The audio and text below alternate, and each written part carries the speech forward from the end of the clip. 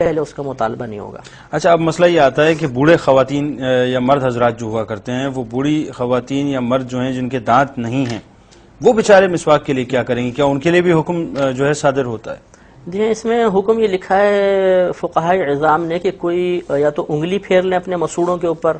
یا پھر کوئی کپڑا لے کر اس سے مطلب انگلی پہ لپیٹ کے اس کو پھیر لیں تو انشاءاللہ مسواک کی سنت کا ثواب مل جائے گا۔ ویسے بھی خواتین کے مسوڑے جو ہوتے ہیں بہت نازک ہوتے ہیں، تو اگر بالفرض وہ مسواک استعمال کریں اور اس سے ان کے مسوڑے چھلتے ہوں تو وہ بھی پھر یہ انگلی والا طریقہ استعمال کرنے کی کوشش کریں، یا بہت ہی نرم ریشے والی مسواک لیں۔ یہ زیتون کی مسواک کہلاتی ہے، کالے رنگ کی آتی ہے۔ اس کو اگر استعمال کیا جائے تو اس کے ریشے بہت ہی نرم ہوتے ہیں اور مرد عورت دونوں آسانی کے ساتھ استعمال کر سکتے ہیں۔ تو جو خواتین برش استعمال کر سکتی ہیں تو مسواک بدرجہ اولا ان کے مسوڑے برداشت کر لے گا، تو یہ استعمال کریں تو انشاءاللہ بہت ثواب بھی ہے اور دنیاوی اخروی فائدے بھی ہیں۔ اچھا، یہ فرمائیے کہ غرغرہ کرنا یا ناک میں پانی چڑھانا یہ کیا لازم ہوا کرتا ہے کہ لازمی کرنا ہے؟ فرض کیجئے ایک آدمی ہے، وہ جو ہے اس کو تکلیف ہوتی ہے ناک میں پانی چڑھانے سے، یا غرغرہ کرنا جو ہے وہ اس کو صحیح محسوس نہیں ہوتا، باوجود اس کے اسے کرنا چاہیے؟ دیکھیں، یہ وضو کے اندر غرغرہ کرنا اور ناک میں پانی چڑھانا سنت مؤکدہ ہے، اور سنت مؤکدہ کا حکم عرض کیا تھا کہ اس کا ایک دو بار ترک کرنا برا ہے اور عادت بنا لینے سے انسان گناہگار ہوگا۔ لہذا غرغرہ اگر واقعی باعث تکلیف ہے، کوئی گلے میں ایسی مطلب ہے کہ تکلیف ہے کہ غرغرہ نہیں کر سکتے تو یہ عذر ہے،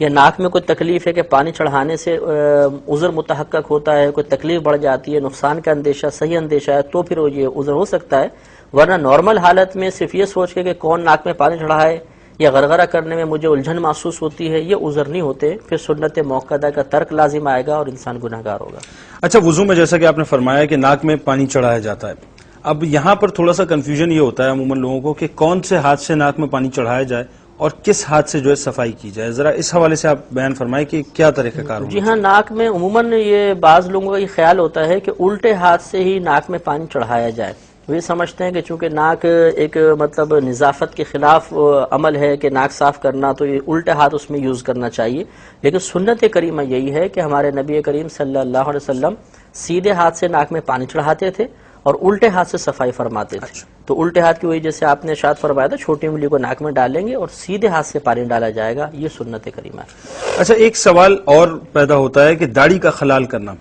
کیا یہ خلال کرنا جو ہے وہ ضروری ہے؟ اور اگر ضروری ہے تو پھر اس کا طریقہ کار کیا ہے؟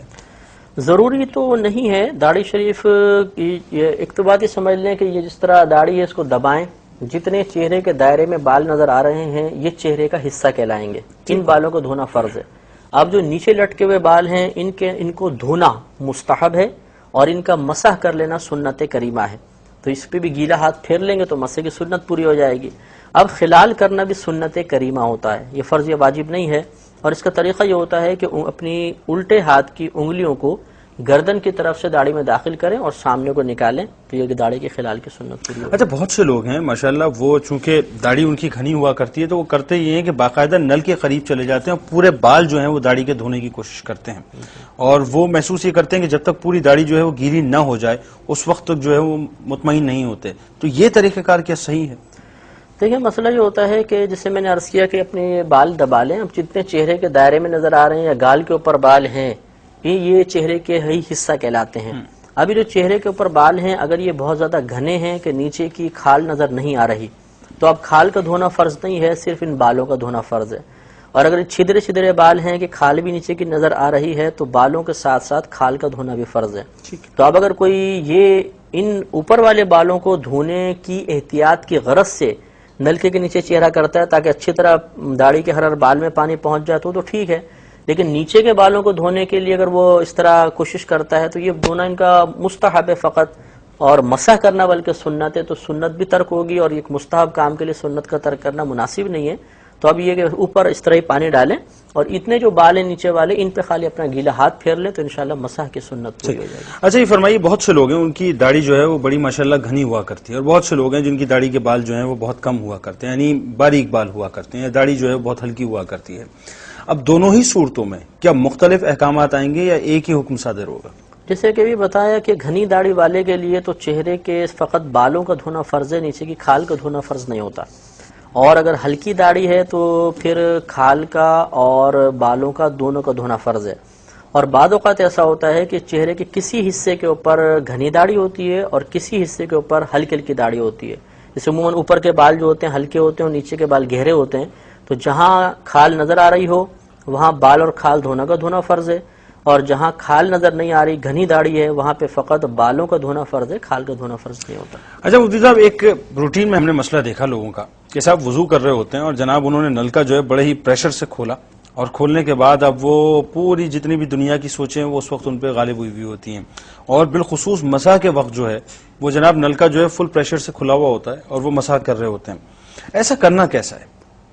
دیکھیں، اسراف اللہ تبارک و تعالی کو سخت ناپسند ہے، اور اللہ تعالیٰ نے اسراف کرنے والوں کو شیطان کا بھائی بھی قرار دیا قرآن عظیم کے اندر. اور ہمارے نبی کریم صلی اللہ علیہ وسلم نے ایک صحابی کو وضو کرتے ہوئے دیکھا جو پانی کو ذرا زیادہ خرچ کر رہے تھے،